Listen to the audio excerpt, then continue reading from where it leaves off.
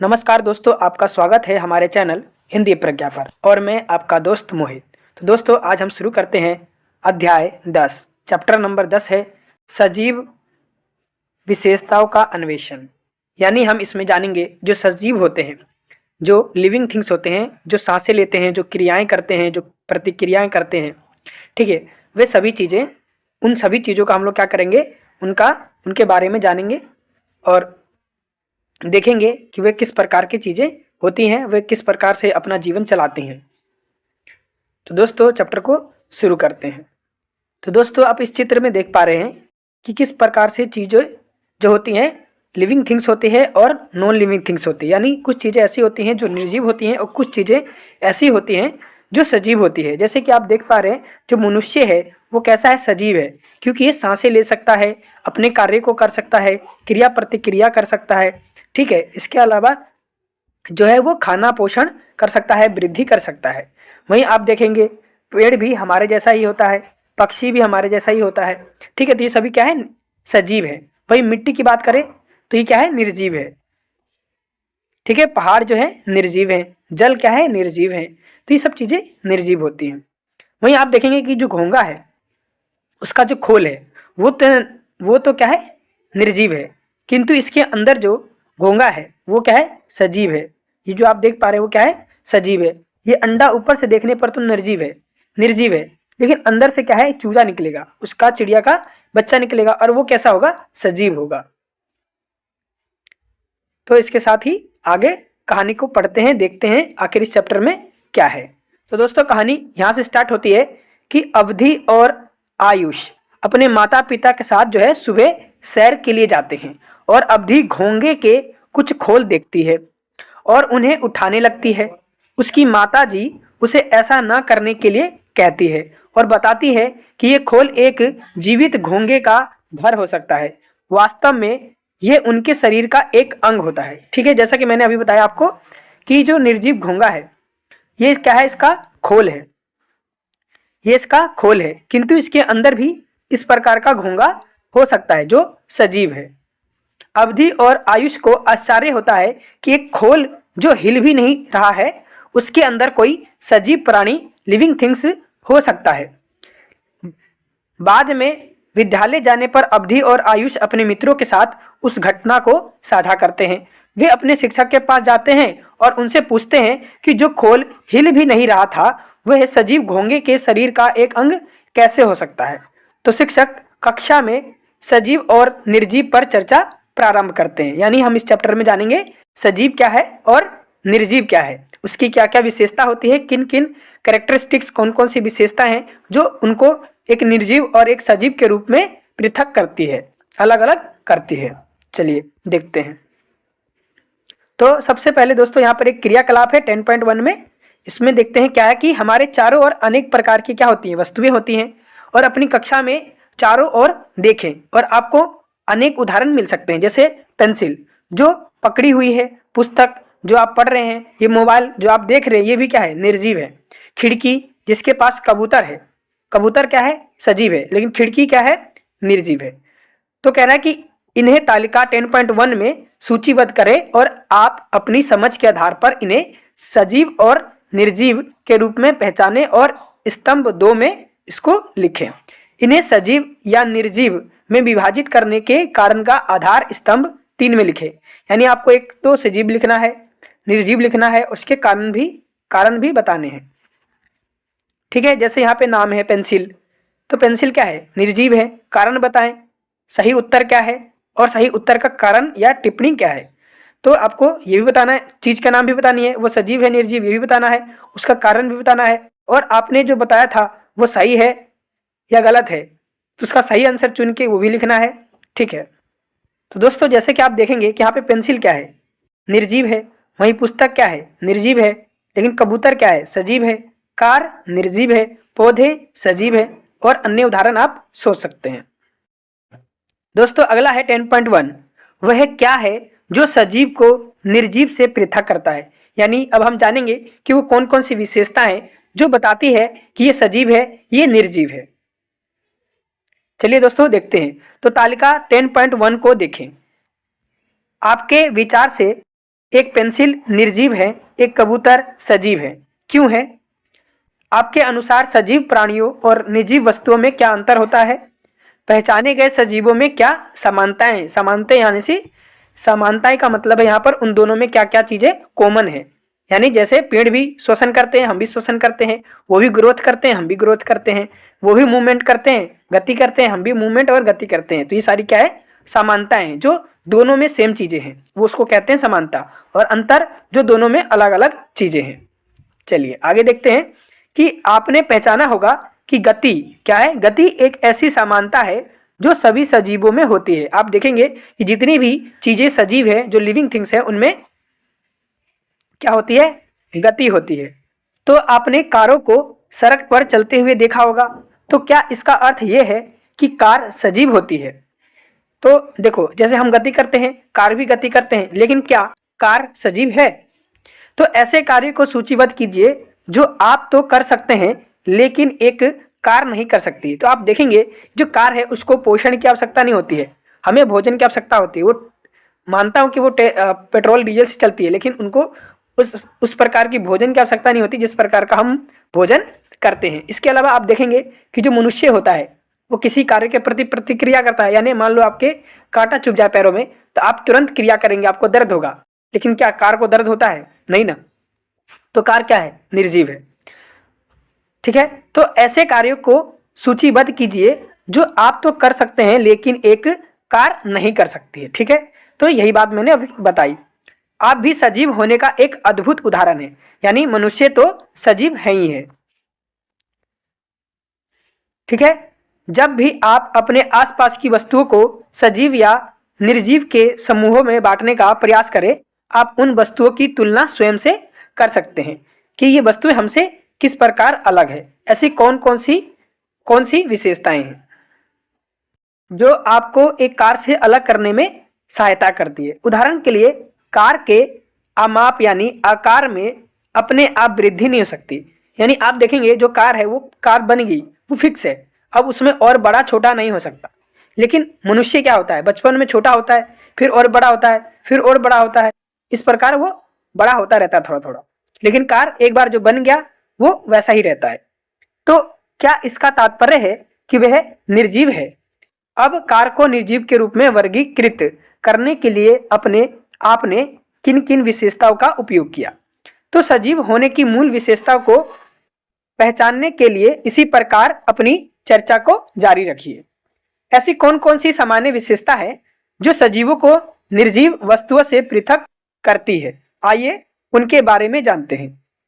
तो दोस्तों, क्या हम सजीव और निर्जीव के बीच अंतर करने के लिए गति को एक विशेषता मान सकते हैं? तो हाँ दोस्तों, जैसा कि आपने देखा कि गति मनुष्य करता है लेकिन किंतु निर्जीव वस्तुएं नहीं करती है। तो ये इसके बीच के अंतर को समझने के लिए काफी है। अपने आसपास की ऐसी 5 वस्तुओं की सूची बनाइए जो अपने आप गतिमान हो सकती है। क्या आपके अनुसार सूचीबद्ध की गई 5 वस्तुएं केवल इसलिए सजीव है क्योंकि वे स्वयं गतिमान हो सकती है? अब जंतुओं की भांति पौधे तो स्वयं एक स्थान से दूसरे स्थान नहीं जा पाते, तो क्या आप उन्हें सजीव मानते हैं? आप देखेंगे कि पौधे क्या होती है, एक स्थान से दूसरे स्थान नहीं जाती है, किंतु हम एक स्थान से दूसरे स्थान जाते हैं। तो क्या हम कह सकते हैं कि पौधे जो हैं वो निर्जीव हैं? तो दोस्तों, इसका कारण भी जानेंगे कि पौधे सजीव हैं या निर्जीव हैं। चलिए, यद्यपि पौधे एक स्थान से दूसरे स्थान नहीं जाते, लेकिन वे कुछ निश्चित प्रकार के गतिविधियां प्रदर्शित करते हैं। यानी भले से वो एक स्थान से दूसरे स्थान नहीं जाते, लेकिन उनमें क्या होता है कि गतिविधियां होती रहती है। और वे गतिविधि क्या है वो भी जानेंगे। तो पौधों में गति का एक उदाहरण फूलों का खिलना है। यानी आप कह सकते हैं कि उनमें गति होती है, और वो गति किस प्रकार से है? आप देखेंगे कि फूलों का खिलना, यानी पहले फूल क्या होता है, बंद रहती है, उसकी कोपलें फुटती नहीं है, लेकिन धीरे धीरे कली फूलों में परिवर्तित हो जाती है। तो उसमें क्या हो रहा है? गति हो रही है, वृद्धि हो रही है। तो पौधों में गति का अन्य उदाहरण कीटभक्षी पौधों में देखा जा सकता है। यानी आप देखेंगे जो कीटभक्षी होता है उसमें देखेंगे कि वो कीटों का भक्षण करता है, यानी कि जो कीड़े मकोड़े होता है उनको खा लेता है। आप देखेंगे पौधे अक्सर कीड़े मकोड़ों को तो नहीं खाता, लेकिन ये कीटभक्षी ऐसा पौधा है जो कीड़ों को खाता है। तो जो खाने का काम हम कर रहे हैं वही खाने का काम ये पौधा भी कर रही है।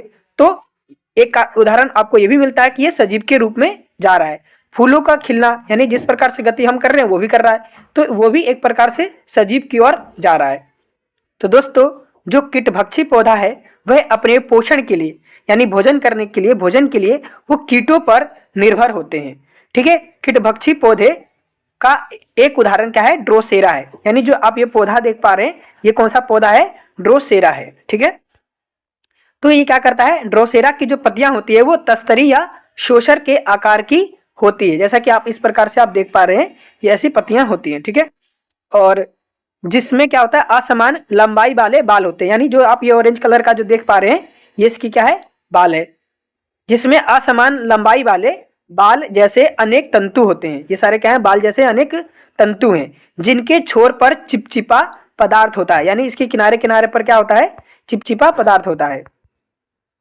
ठीक है, जो क्या करता है, जब भी कोई कीट तस्तरी के सतह को स्पर्श करता है, यानी जो भी कीट इसके ऊपर बैठता है, बाल जो है अंदर की ओर मुड़ जाते हैं। यानी जो ये निकले हुए हैं काटे काटे से, ये बाल क्या होते हैं, अंदर की तरफ मुड़ जाते हैं और अपने चिपचिपे छोर से कीट को पकड़ लेते हैं। और अन्य कीटभक्षी पौधों में गति के प्रक्रम का अवलोकन करने का प्रयास कीजिए।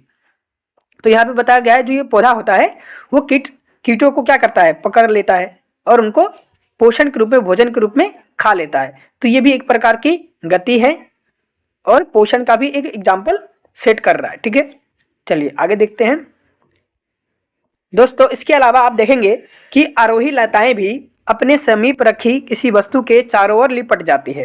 यानी जो आरोही लताएं होती हैं, जो क्लाइंबर्स होते हैं, वो क्या करते हैं, वो अन्य पेड़ों से क्या करते हैं, लिपट जाते हैं और वो लिपट कर और ऊंचाई तक जाते हैं। तो इससे पता चल रहा है कि पौधे भी क्या करते हैं, गति करते हैं। ठीक है, उनमें भी मूवमेंट होता है।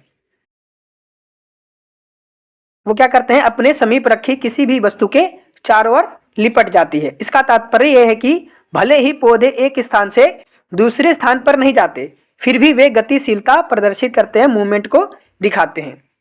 तो दोस्तों आप अपनी तुलना जो है बचपन की तस्वीर से कर सकते हैं। आप देखेंगे कि क्या आप वह पोशाक पहन सकते हैं जो आप 4 वर्ष पहले पहने थे? नहीं। क्यों? क्योंकि आपके शरीर का आकार जो है बड़ा हो गया है। इसका कारण आपके शरीर में वृद्धि है। पौधे और अन्य जीव भी वृद्धि करते हैं।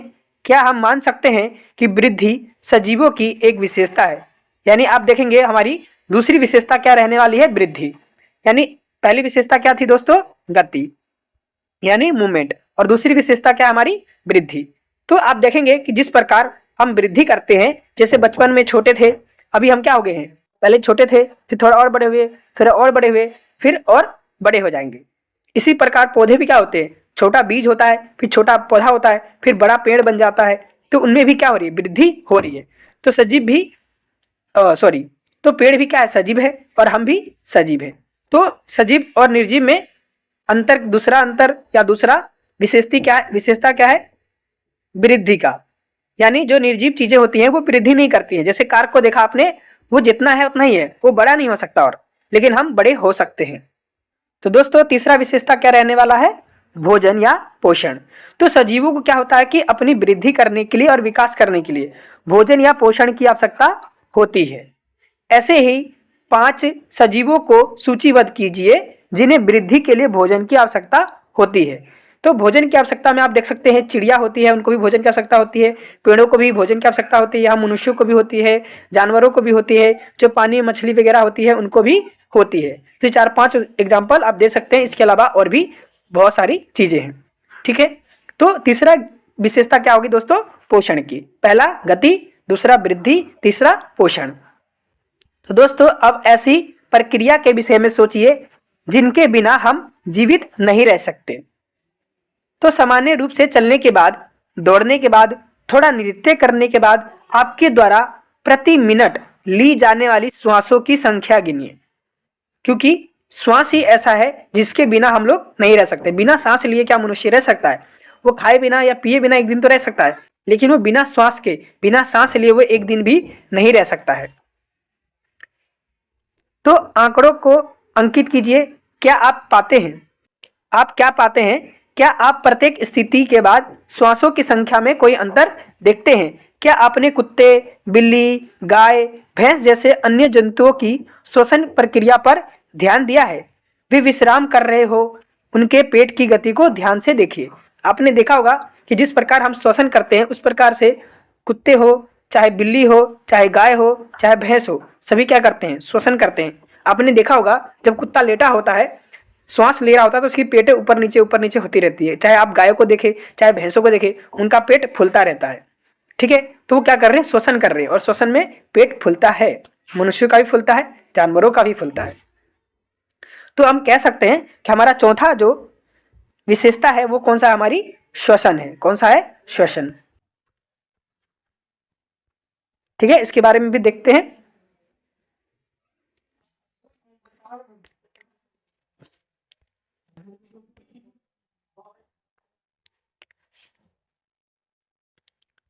तो दोस्तों, श्वसन प्रक्रिया में जब हम श्वास अंदर की ओर खींचते हैं, बाहर से वायु हमारे शरीर में आती है।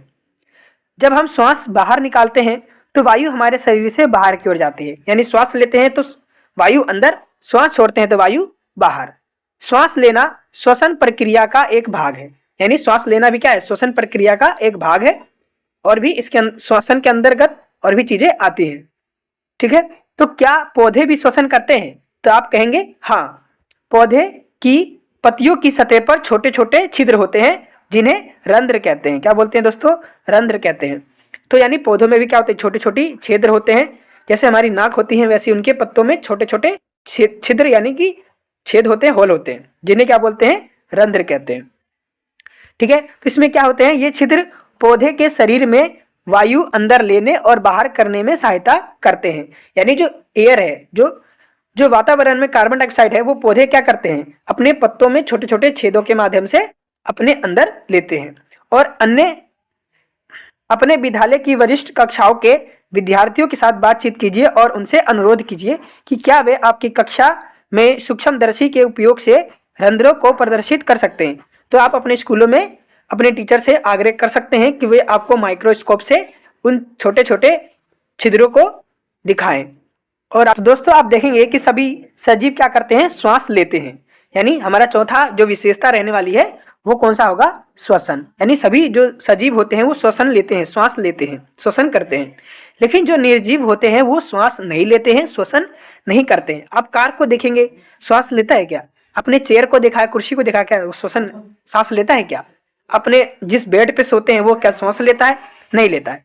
तो एक विशेषता ये भी है कि निर्जीव वस्तुएं जो होती है वो श्वास नहीं लेती है, श्वसन क्रिया नहीं करती है, ब्रीथिंग नहीं करती है।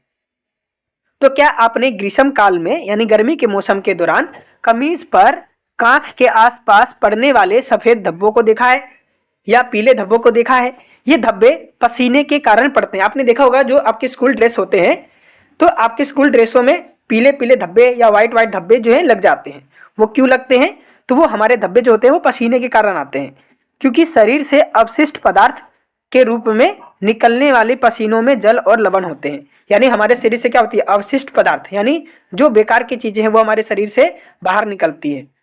ठीक है, और उनमें क्या होता है? जो पसीने होते हैं उनमें जल होता है और लवण होता है। ठीक है, तो आप देखेंगे कि शरीर से अवशिष्ट उत्पाद के निष्कासन को उत्सर्जन कहते हैं। तो क्या कहते हैं दोस्तों? शरीर से अवशिष्ट उत्पाद के निष्कासन को उत्सर्जन कहते हैं। यानी जो भी चीजें बेकार की चीजें होती है, जो मल मूत्र है, जो पसीना है, वो सब क्या होते हैं? बेकार की चीजें हैं और वो शरीर से बाहर आता है। जो बाहर आता है उसी को क्या बोलते हैं हम लोग? उत्सर्जन कहते हैं। यानी आप देखेंगे कि मनुष्य क्या करता है? उत्सर्जन करता है। गाय बिल्ली है वो भी क्या करता है? मल मूत्र निकालता है।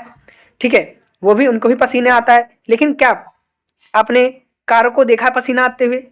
क्या आपने दरवाजों को देखा पसीना आते हुए? क्या आपने जो है गैस चूल्हों को पसीना आते हुए देखा है? नहीं ना। या वो अपने कोई अपशिष्ट पदार्थ बाहर करते हैं? नहीं करते। तो वो क्या है? निर्जीव है। और मनुष्य, पेड़ पौधे, जीव जंतु जो भी है सजीव है। तो आपकी एक विशेषता क्या है? उत्सर्जन है। पांचवी कौन सी विशेषता रहेगी आपकी? उत्सर्जन। क्या आप जानते हैं कि पौधे भी उत्सर्जन करते हैं? आपने ध्यान दिया होगा कि पौधे पत्तियों की सतह पर अतिरिक्त जल व खनिज को सूक्ष्म बूंदों के रूप में उत्सर्जित करते हैं। यानी पौधे भी उत्सर्जन करते हैं पौधों में जो भी अतिरिक्त जल होता है वह अपने पत्तों पे जो छोटे छोटे छिद्र होते हैं उससे निकलता है। आप इस चित्र में भी देख पा रहे हैं कि इस पौधे पे क्या है, छोटे छोटे जल हैं, और ये जल क्या है, पौधों की अवशिष्ट है, उत्सर्जन है, उनका उत्सर्जन है, अपशिष्ट पदार्थ है। तो पौधे भी सजीव होते हैं। उत्सर्जन के रूप में आप देख सकते हैं कि घास ले लें या गुलाब ले लें, ये सभी क्या करते हैं, उत्सर्जन करते हैं। तो ये सभी क्या है, सजीव है, और सजीव हमेशा क्या करते हैं, उत्सर्जन करते हैं। तो दोस्तों आइए अब एक अन्य विशेषता पर ध्यान देते हैं। यदि बिना जूता पहने घूमते हुए अप्रत्याशित रूप से आपका पैर जो है कांटे जैसी किसी भी नुकीली वस्तु पर पड़ जाए, या आप गलती से चाय का गर्म प्याला छू लें, तो आपकी प्रतिक्रिया क्या होगी, आपका रिएक्शन क्या होगा, एक्शन क्या होगा। तो आप देखेंगे कि कांटे पर पैर पड़ना या गर्म वस्तु का छूना, ये सब क्या है, उद्दीपन है। ठीक है, ये सब क्या है, उद्दीपन है। कोई भी वस्तु या कोई घटना जो सजीव को अनुक्रिया करने के लिए प्रेरित करती है वह उद्दीपन कहलाती है। यानी कोई भी वस्तु या कोई घटना जो सजीवों को अनुक्रिया करने के लिए प्रेरित करती है उद्दीपन कहलाती है। कहने का तात्पर्य यह है दोस्तों कि जैसे आपको कांटा चुभती है तो आप क्या करते हैं, अचानक से क्रिया करते हैं, आपको दर्द उठता है, ठीक है, आप अपने पैरों की तरफ झुक जाते हैं, उस पैरों को हाथों से पकड़ लेते हैं, तो सारी आपने उस चीज की वजह से किया, तो वो जो चीज थी वो क्या होता है, उद्दीपन कहलाता है। और जो आपका रिएक्शन रहा वो क्या कहलाती है दोस्तों, आपकी अनुक्रिया कहलाती है, यानी आपने रिस्पॉन्स दिया। तो दोस्तों आप भी ऐसे 3 उद्दीपनों और उनके प्रति आपके शरीर में होने वाली अनुक्रिया को सूचीबद्ध कीजिए। तो आप देखते हैं कि क्या पौधे भी उद्दीपन के प्रति अनुक्रिया करते हैं, यानी पौधे भी क्या किसी चीज के प्रति अपना रिस्पॉन्स देते हैं, रिएक्शन करते हैं, एक्शन करते हैं। जी हाँ, पौधे भी उद्दीपन के प्रति अनुक्रिया करते हैं। उदाहरण के लिए आपने छुई मुई, यानी छुई मुई क्या एक पौधा है जिसे मिसोसा या टच मी नोट इन नामों से जानते हैं। ठीक है, तो क्या है, पौधों को छूने पर वे अपनी पत्तियां क्या कर लेती हैं, बंद कर लेते हैं।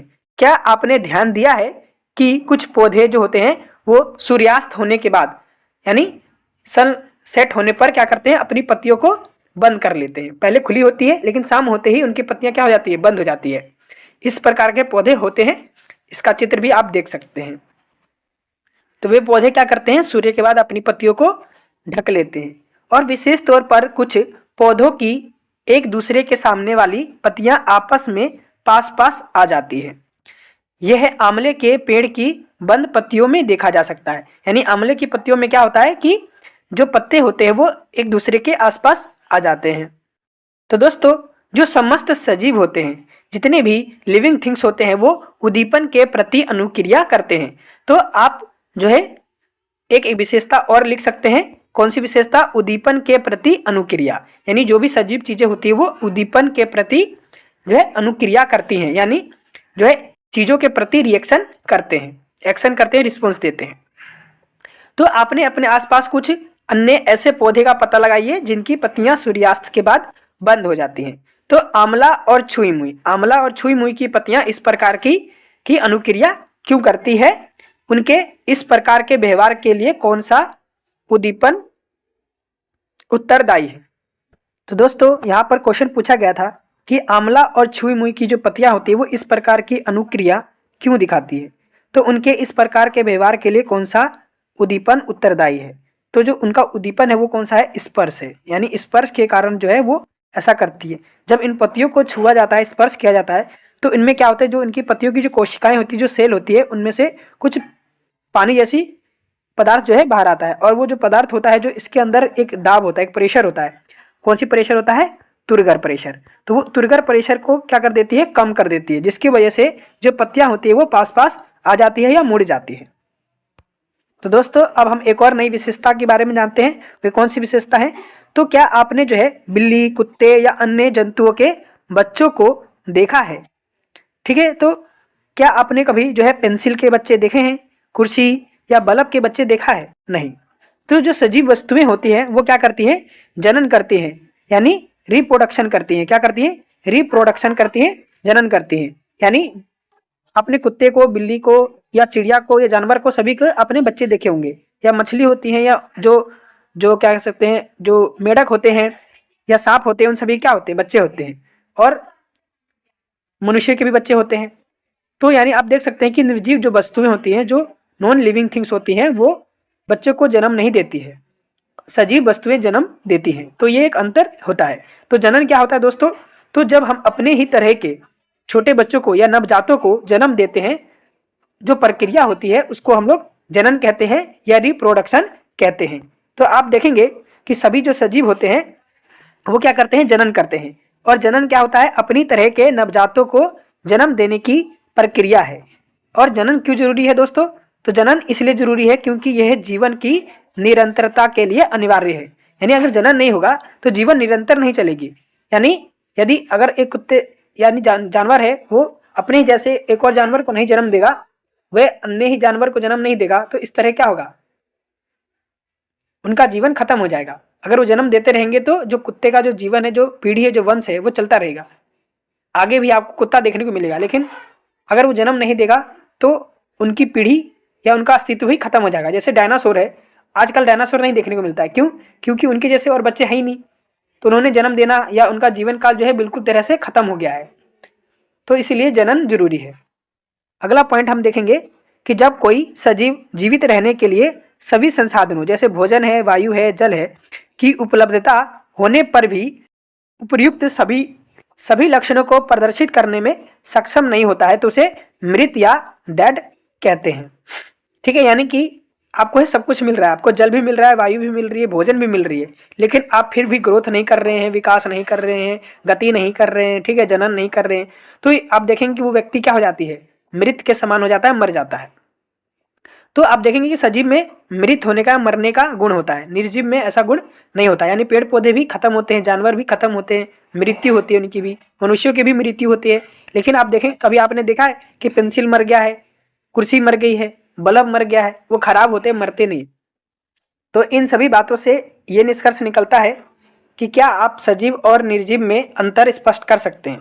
तो आप देखेंगे कि जो सजीव होते हैं वो सभी क्या करते हैं, गति प्रदर्शित करते हैं, और निर्जीव गति प्रदर्शित नहीं करते हैं। दूसरा, सजीव जो है भोजन करते हैं, निर्जीव भोजन नहीं करते हैं। तीसरा, वे वृद्धि करते हैं, कौन, सजीव, और निर्जीव नहीं करते हैं। चौथा, हम शोषण करते हैं किंतु निर्जीव नहीं करते हैं। पांचवा, सजीव जो होते हैं जनन करते हैं किंतु निर्जीव नहीं करते। छठा, सभी सजीव उत्सर्जन करते हैं, यानी अपशिष्ट पदार्थों को बाहर निकालते हैं, लेकिन निर्जीव नहीं करते हैं। सातवां, उद्दीपन के प्रति अनुक्रिया, यानी आप चीजों से जब आपको चोट लगती है तो अनुक्रिया करते हैं, किसी चीज को देखकर आप उसके प्रति आकर्षित होते हैं, तो ये सभी क्या है, अनुक्रिया है। ये सातवां था। तो ये सजीव करते हैं, निर्जीव नहीं करते हैं। लास्ट में सजीव जो होते हैं मर जाते हैं, निर्जीव मरते नहीं है। तो ये 8 विशेषताएं और अंतर दोनों ही बता सकते हैं कि सजीव में क्या होती है और निर्जीव में क्या नहीं होती है। तो जब इनमें से सभी लक्षणों का अभाव होता है या किसी एक का भी अभाव होता है तो वे निर्जीव वस्तुएं कहलाती हैं। दोस्तों अगला है पॉइंट 10.2। इसमें क्या है, बीजों के अंकुरण के लिए आवश्यक परिस्थितियां, यानी बीज जो है अंकुरण कैसे होता है, कौन कौन सी चीजें हैं जो उसको अंकुरण करने में मदद करती हैं, वे सभी चीजों को जानेंगे। तो आपने देखा होगा कि बीजों का अंकुरण होने के लिए, यानी जब वो बीज होता है तो उसमें क्या होती है, जैसे ये बीज है तो आपने इसमें देखा होगा कि वाइट जो है निकली होती है बाहर, या आलू में भी देखा होगा, या आपने जो है चने में देखा होगा, जो है चने में इस प्रकार की निकली होती है। तो ये क्या है, अंकुरण हो रही है। या आलू में भी आपने देखा होगा इस प्रकार के जो है वाइट से निकले होते हैं, तो इसको क्या बोलते हैं, इस वाइट वाले को आई बोलते हैं या आंख बोलते हैं, ठीक है। तो ये जब ऐसा हो जाता है तो इसको क्या बोलते हैं, अंकुरण कहते हैं। कौन कौन सी जो चीजें होती हैं या परिस्थितियां होती हैं जो इनको मदद करती हैं ऐसा करने के लिए, इसको जानने के लिए हम क्या करते हैं, क्रियाकलाप करते हैं। सबसे पहले आपको क्या करना है, 4 गमले लेने हैं, उनमें मिट्टी डालनी है और मिट्टी डालकर उसमें बीज डाल देना है। और उसके बाद क्या करना है, जो पहला होगा गमला उसको क्या करना है, सूरज के सामने रखना है, सूरज की पूरी धूप इस पर आनी चाहिए और उसमें जल नहीं होना चाहिए। दूसरा क्या करना है, आपको सूरज के सामने रखना है और उसमें जल जो है बहुत ज़्यादा होनी चाहिए। तीसरा क्या करना है, आपको छाँव में रखना है, अंधेरे में रखना है और उसमें जल जो होगा वो लिमिट में होगा जितनी ज़रूरत है। चौथा क्या करना है, आपको सूरज के सामने रखना है, उसमें पानी भी बराबर होनी चाहिए, ठीक है। और इन सबको करने के बाद जो है आप उसको रोज देखेंगे और उसको अपनी तालिका में, इस टेबल में लिखेंगे क्या क्या हुआ। क्या आप सोचते हैं कि बीजों के अंकुरण के लिए सूर्य का प्रकाश अनिवार्य है? क्या प्रत्येक गमले में बीज को वायु, जल, सूर्य का प्रकाश मिल रहा है? क्या कोई ऐसा गमला है जिसमें बीजों को वायु नहीं मिल रही है? यदि ऐसा है तो क्यों हो रहा है? उन गमलों के बीजों का क्या हुआ जिनमें अत्यधिक जल डाला गया था? कौन से बीजों को वायु और जल दोनों प्राप्त हो रहे हैं? उन गमलों को पहचानिए जहां आपको बीजों का अंकुरण दिखाई दे रहा है। क्या आपका जो अवलोकन है आपके पूर्वानुमान से मेल खा रहा है? यानी जो आपने सोचा था वैसा हो रहा है? अपने अवलोकन के पक्ष में संभावित कारणों को तालिका 10.2 में लिखिए, यानी जो आपको टेबल दिया था उसमें लिखना है। अपने अवलोकनों के आधार पर बीज के अंकुरण के लिए अनुकूल परिस्थितियां बताइए, यानी जो उसके ग्रोथ के लिए वो सारी जो परिस्थितियां थी उसको बताना है। तो बीज के अंकुरण के लिए वायु, जल और सूर्य के प्रकाश में क्या क्या अनिवार्य है? तो आप देखेंगे कि प्रत्येक गमले में उपलब्ध परिस्थितियों की तुलना कीजिए। फली के बीजों के अंकुरण के लिए जल, वायु की उपयुक्त मात्रा की आवश्यकता होती है। तो आप देखेंगे कि फली के बीजों के अंकुरण के लिए जल और वायु की उपयुक्त मात्रा की आवश्यकता होती है। और बीजों को अंकुरण के लिए इन परिस्थितियों की आवश्यकता क्यों होती है? तो क्या आप ऐसा सोचते हैं कि इन परिस्थितियों में से किसी एक या एक से अधिक परिस्थितियां का अभाव बीज के अंकुरण को प्रभावित करेगा? तो आप देखेंगे कि बीजों के अंकुरण के लिए जल की आवश्यकता होती है, मिट्टी की आवश्यकता होती है, वायु की आवश्यकता होती है, प्रकाश और अंधकार की आवश्यकता होती है। यानी कौन कौन सी परिस्थितियां हैं दोस्तों? तो जल भी जरूरत है, जल, वायु, मिट्टी, प्रकाश और अंधकार, ये सभी जो परिस्थितियां हैं बीज के अंकुरण के लिए आवश्यक है। तो हम अब इन सभी परिस्थितियों के बारे में ध्यान से पढ़ेंगे, समझेंगे और जानेंगे कि कौन कौन सी परिस्थितियां आवश्यक है और कौन कौन सी परिस्थितियां आवश्यक नहीं है। तो सबसे पहले बात करते हैं जल की। जल में क्या होता है कि बीजों को अंकुरण के लिए जल की आवश्यकता होती है। जल बीजों को उनकी वृद्धि के लिए अनिवार्य प्रक्रिया को पूरा करने में सक्षम बनाता है। यानी जो जल होता है वो बीजों को उनकी वृद्धि के लिए जो भी चीजें चाहिए उनको प्राप्त करने के लिए सहायता करता है। जैसे जो बीज होता है, बीज के बाह्य आवरण को बीज आवरण कहते हैं। यानी अपने बीज के ऊपर जो छिलका दिखा है उसको क्या कहते हैं? बीज आवरण कहते हैं। ठीक है। और जो जल होता है वो बीज आवरण को, यानी उन छिलका को क्या करता है? मुलायम करता है। इसके अंदर के नन्हे से भ्रूण को पौधों में विकसित होने में सहायता करता है। यानी ये जो है इसके अंदर वो क्या है? भ्रूण है। और वो भ्रूण ही विकसित होकर वो जो आपने व्हाइट व्हाइट देखा है वो दिखाई देता है। और वही आगे बढ़ के जड़ बनेगा और उसके ऊपर जो निकलेगा पत्तियां निकलेगा और पत्ती से पौधे, फूल, फल ये सब होते जाएंगे। ठीक है। तो जल आवश्यक है। दूसरा क्या है दोस्तों? वायु और मिट्टी। तो वायु और मिट्टी क्या है? तो आप देखेंगे कि बीजों को अंकुरण के लिए वायु की आवश्यकता होती है। बीज मिट्टी के कणों के बीच के स्थान में उपस्थित वायु का उपयोग करते हैं। यानी आपने देखा होगा, अपने पिछले चैप्टर में पढ़ा कि मिट्टी में क्या होती है? छोटे छोटे स्थान होते हैं, रंध्र होते हैं, होल होते हैं। उन होलों में या उन छेदों में क्या होते हैं? हवा भरी होती है। और वे हवा जो होती है वो पौधों को बड़ा करने में काम आता है। ठीक है। इसके अतिरिक्त मिट्टी के कणों के बीच के स्थान के कारण जड़ें आसानी से बढ़ती है। यानी मिट्टी क्यों आवश्यक है? तो जो मिट्टी होती है एक तो हवा प्रदान करती है, दूसरा मिट्टी में जो बीच बीच में खाली जगह है उनमें जड़ों को बढ़ने के लिए या ग्रोथ करने के लिए मदद मिलती है। तो इसलिए मिट्टी और वायु भी जरूरत है। तीसरा है दोस्तों प्रकाश और अंधकार की परिस्थितियां। तो आप देखेंगे तो हमने सीखा कि फली के बीजों के अंकुरण के लिए प्रकाश अनिवार्य नहीं है, पर सामान्यतः अधिकांश बीजों को अंकुरण के लिए प्रकाश की आवश्यकता होती है। किंतु अंकुरण के पश्चात नवोद्भिद की वृद्धि के लिए सूर्य की प्रकाश की आवश्यकता होती है। यानी आपने देखा होगा कि जब आप चने को कपड़े में लपेटकर गीला करके जब घर के अंदर भी रख देते हैं तब भी 2 दिन में या 1 दिन में जो है अंकुरण हो जाता है। तो आपने देखा होगा कि वहां पर हवा तो उसे मिल रही है, पानी भी मिल रही है क्योंकि गीला है, लेकिन उसे सूरज नहीं मिल रहा है। यानी कुछ बीजों को अंकुरण के लिए सूरज की आवश्यकता नहीं होती है, लेकिन कुछ बीजों को होती है। इसके अलावा सूरज की आवश्यकता कब होती है? तो जब वो अंकुरित हो जाते हैं, जब उनमें वो आई जो है, आँख जो व्हाइट व्हाइट जो आपने देखा, वो उग जाता है, और जब उसको पौधों के लिए उसको जमीन में रोपा जाता है, तब सूरज की रोशनी की आवश्यकता होती है, क्योंकि सूरज की रोशनी से ही उनका भोजन या पोषण बनता है। जिस प्रकार हम भोजन करते हैं, इस प्रकार पौधे भी करते हैं, और उनके भोजन बनाने में जो मदद कौन करता है? सूरज करता है। इसलिए सूरज की आवश्यकता हो जाती है। क्योंकि आपने देखा होगा कि मनुष्य को उचित स्वास्थ्य और उचित वृद्धि के लिए संतुलित भोजन की आवश्यकता होती है, और इसी प्रकार पौधों को भी उचित वृद्धि और विकास के लिए अनुकूल परिस्थितियों एवं पोषक तत्वों की आवश्यकता होती है। तो आपके विचार से कौन कौन सी अन्य परिस्थितियां बीज के अंकुरण को प्रभावित करेगी? दोस्तों यहाँ भी इंपॉर्टेंट बात बताई है। तो इस बॉक्स में बताया गया है कि वे कौन कौन से पौधे हैं या फूल हैं जिनको सूरज की आवश्यकता पड़ती है और बिना सूरज की रोशनी में भी उग सकते हैं। तो आप देखेंगे कि कोइलिस और पिटूनिया जैसे कुछ पुष्पीय पौधे, यानी क्या है, ये फूल के पौधे हैं, में बीज अंकुरण जो है उसके लिए प्रकाश की आवश्यकता होती है, और इन बीजों को मिट्टी से ढकने पर इनका अंकुरण बाधित होता है। यानी इनको सूरज की आवश्यकता तो होती है, ये सूरज की रोशनी में बड़े होते हैं, लेकिन मिट्टी में बड़े नहीं होते हैं। वहीं आप देखेंगे कि कैलेंडुला और जिनिया भी फूल है, जैसे कुछ पुष्पीय पौधों में बीजांकुरण के लिए अंधकार की आवश्यकता होती है।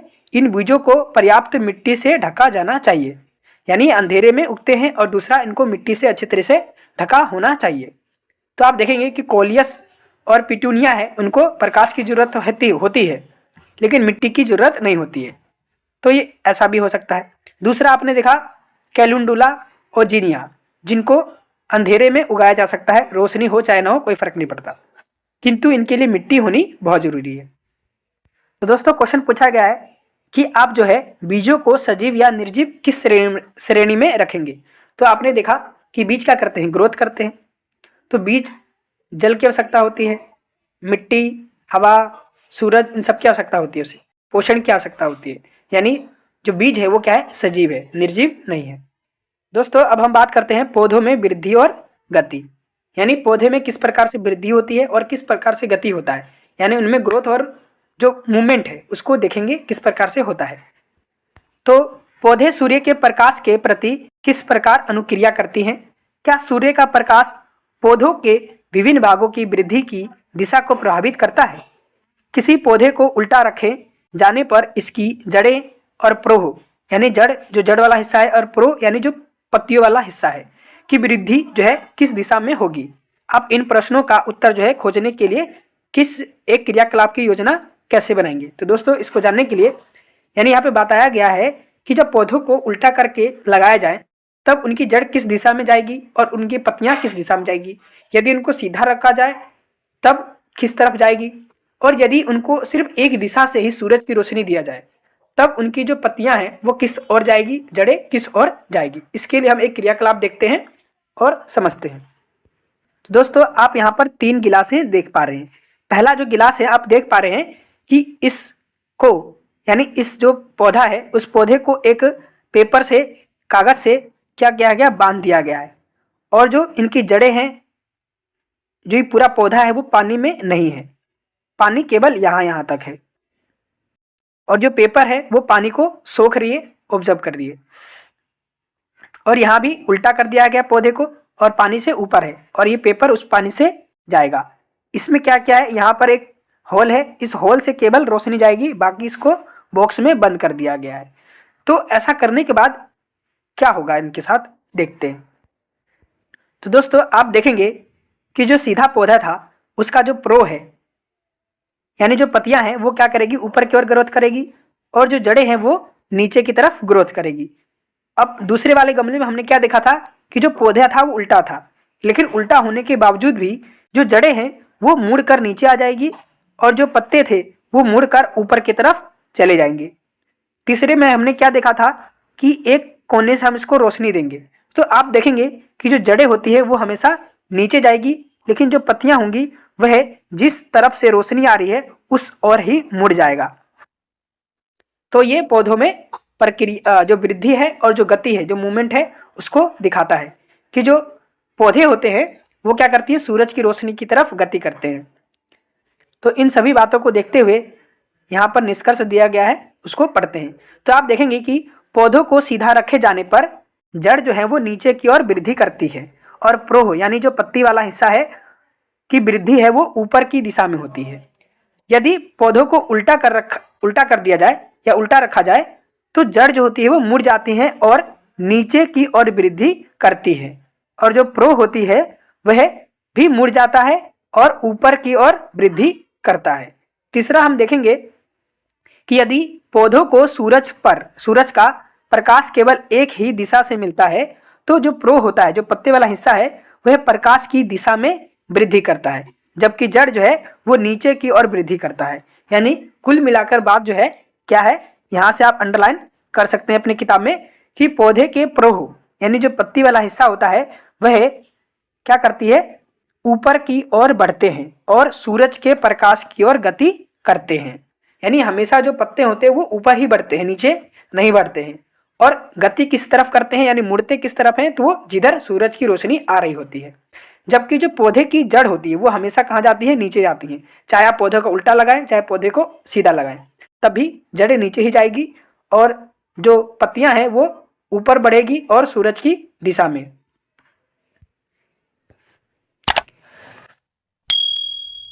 दोस्तों 10.4 में हम देखेंगे पौधों का जीवन चक्र। तो हमने सीखा कि अंकुरण के लिए अपेक्षित परिस्थितियों और पौधे कैसे बढ़ते हैं तथा गति प्रदर्शित करते हैं। आइए अब हम पौधे के संपूर्ण जीवन में होने वाले परिवर्तनों के विषय में जानें। तो दोस्तों जैसा कि आप चित्र में देख पा रहे हैं पौधे का जीवन चक्र क्या है, तो हम देखेंगे कि जो पौधे होते हैं वो सबसे पहले किस में रूप में होते हैं, बीज रूप में होते हैं। फिर बीज से क्या होता है, उनका अंकुरण होता है और जड़ बनती है। फिर क्या होता है, उसके बाद वो ग्रोथ करती है, फिर कुछ पत्तियां पौधे आती हैं। उसके बाद आप देखेंगे कि वो थोड़ी और बड़ी होती है, फिर उनमें क्या आते हैं, फूल आने लगते हैं और वे फूल किस में परिवर्तित हो जाते हैं, फिर फलों में आ जाते हैं। ठीक है, और ये फल में क्या होता है, दोबारा बीज होता है। तो ये चक्र जो है वो चलता रहता है। यानी पहले बीज थे, बीज से वो अंकुरण हुआ, अंकुरण से फिर पौधे बने, पौधों में फूल आई, फूलों के बाद फल आई और उन फलों में क्या था, बीज था। तो ये जीवन चक्र इनका चलता रहता है।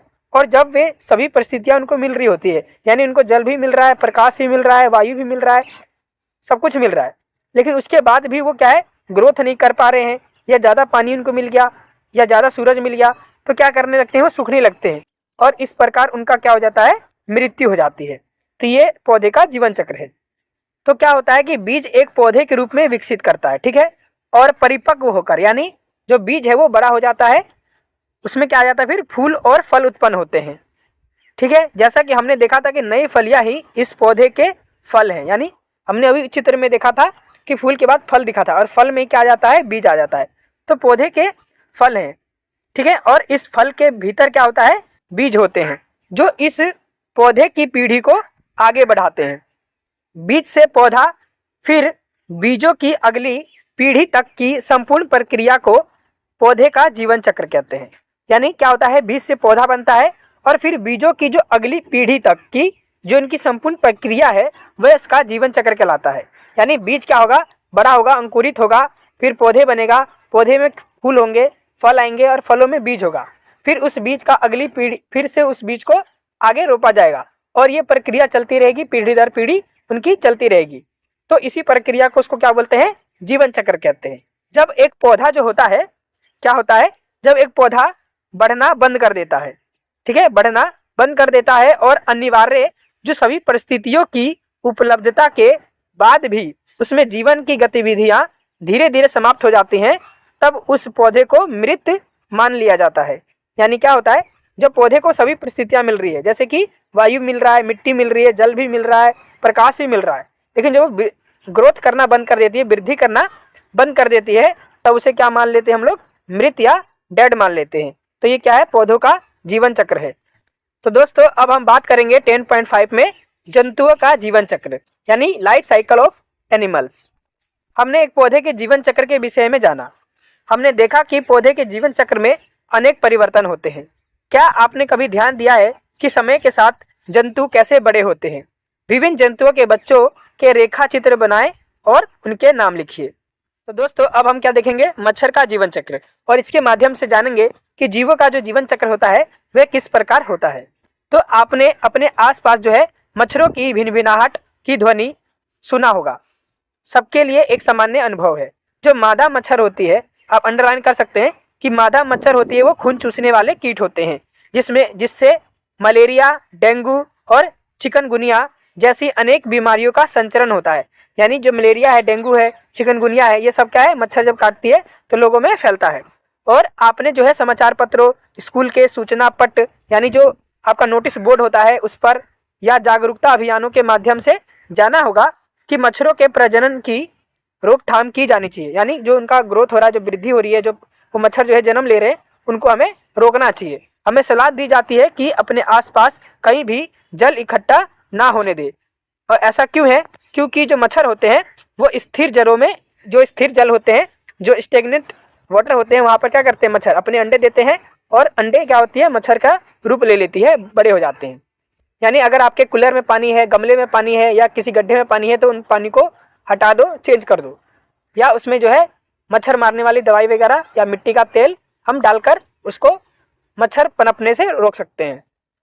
तो दोस्तों अपने विद्यालय, घर और आसपास स्थिर जल का पता लगाने के लिए सुरक्षा परीक्षण यानी सेफ्टी ऑडिट का आयोजन कीजिए। यदि संभव हो सके तो किसी छोटे जीव का अवलोकन करने के लिए एक हैंड लेंस लीजिए। ठीक है, जैसे आप यहाँ से अंडरलाइन कर सकते हैं कि कूलर के अंदर, गमलों और अन्य खुले पात्र ऐसे सामान्य स्थान होते हैं जहाँ स्थिर जल एकत्रित होने की संभावना रहती है, और इन्हीं जलों में जो मच्छर है वो पनपते हैं। ठीक है, तो आपको दो अलग अलग तरह की आपको कृमि दिखाई देगी। यानी एक होता है लार्वा, एक होता है प्यूपा। यानी मच्छर बनने से पहले और अंडे देने के बाद का जो जीवन चक्र होता है वो, उनमें एक स्थिति होती है लार्वा का और एक होता है प्यूपा का। जैसा कि आपको इस चित्र में देखने को मिलेगा, ये जो है ये है लार्वा का और ये है प्यूपा का। ये दोनों ही देखने में बिल्कुल अलग है। इनको देख के नहीं लगता है कि इसी से मच्छर उत्पन्न होता है या इससे मच्छर उत्पन्न होता है, लेकिन लार्वा है, लार्वा के बाद प्यूपा बनता है। ठीक है, तो ये इनकी दो स्थितियां हो गई, दो इनके चरण हो गए।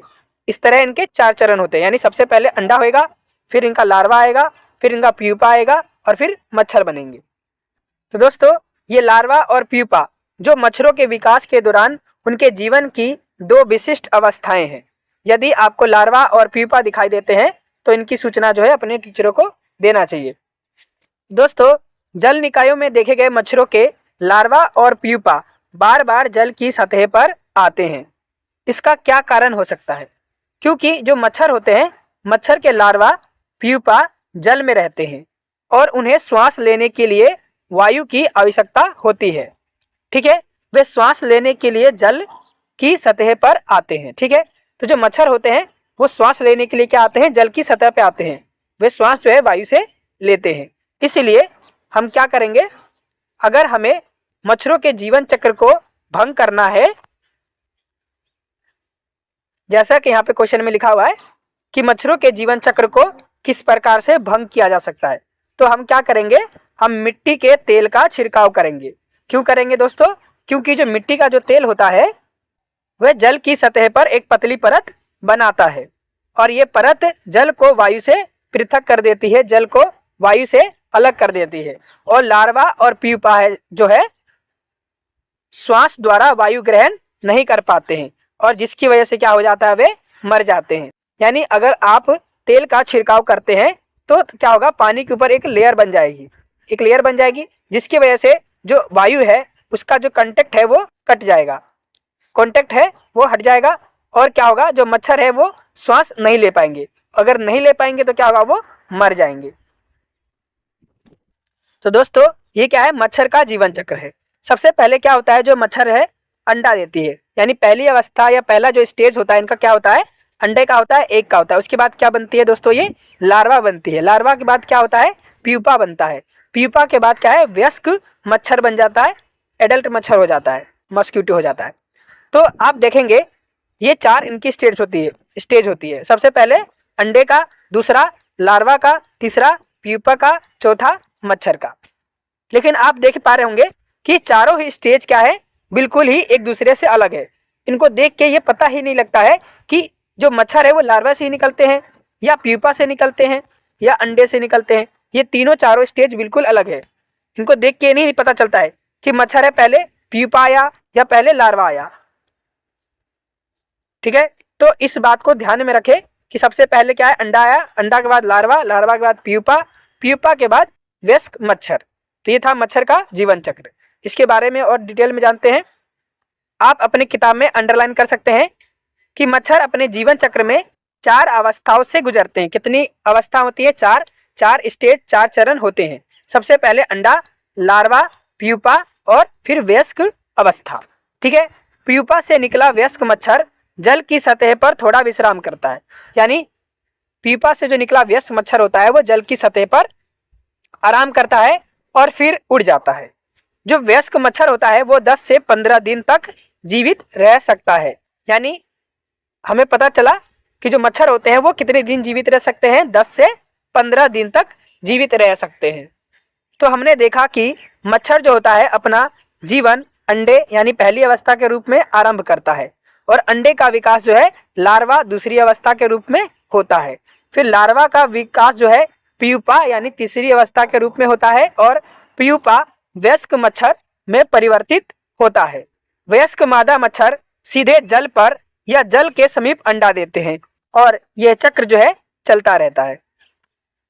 तो दोस्तों ये था मच्छर का जीवन चक्र। तो दोस्तों ये भी इम्पोर्टेंट है। इसी प्रकार आप देखेंगे जो रेशम के कीट होते हैं जिन्हें सिल्क मोथ कहते हैं, उनका जीवन भी 4 अवस्थाओं से गुजरता है। रेशम कीट होता है जिनसे क्या होता है, रेशमी वस्त्र बनाए जाते हैं, वो रेशम की कीट है।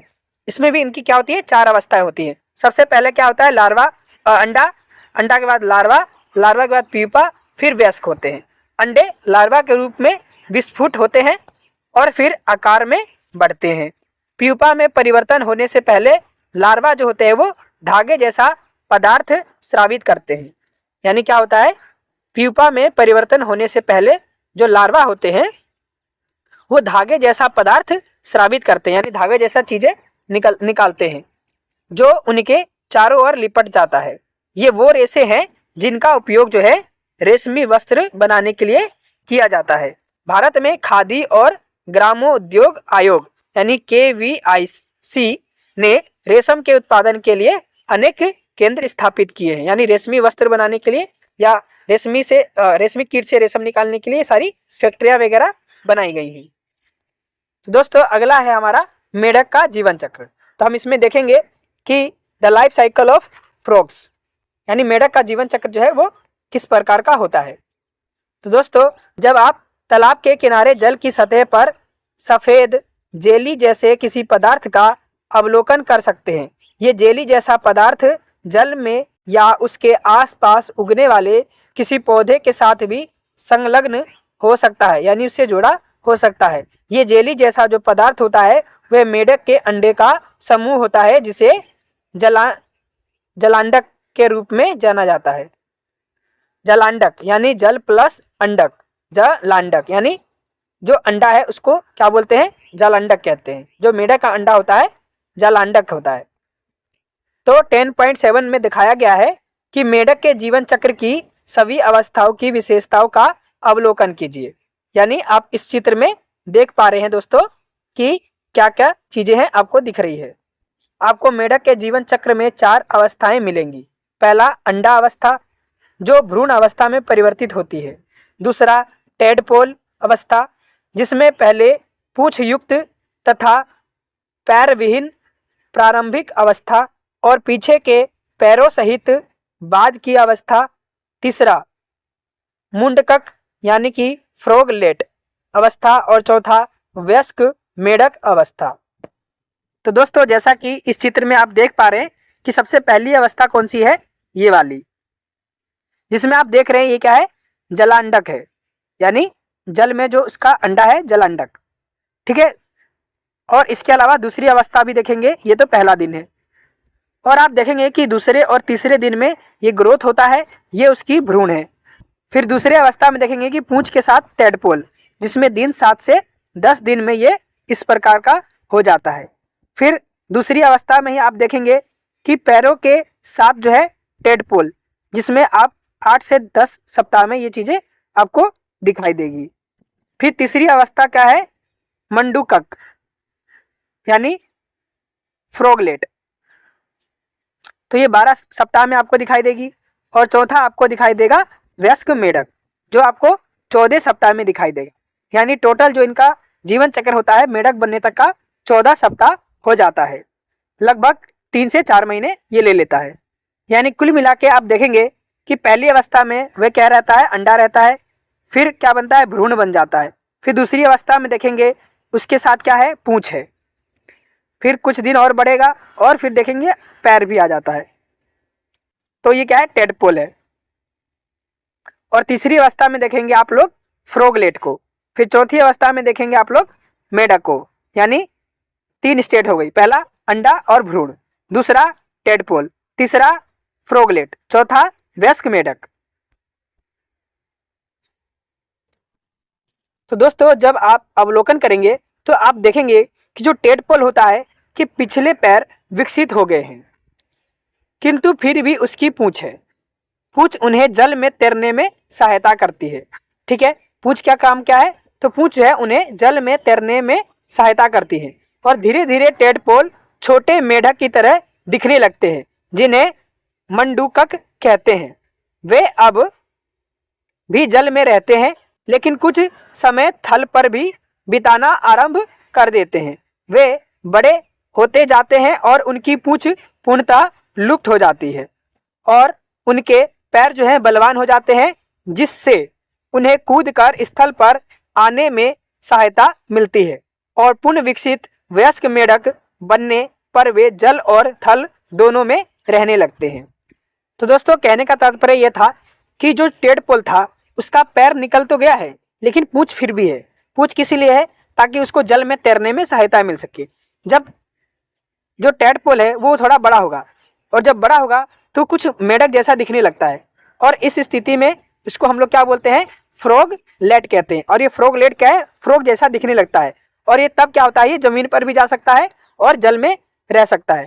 तो जमीन पर भी जाने लगता है थोड़ा थोड़ा, लेकिन और जब बड़ा हो जाता है तो वयस्क मेढक बन जाता है, तब वह जमीन पर भी जा सकता है और जल में भी रह सकता है।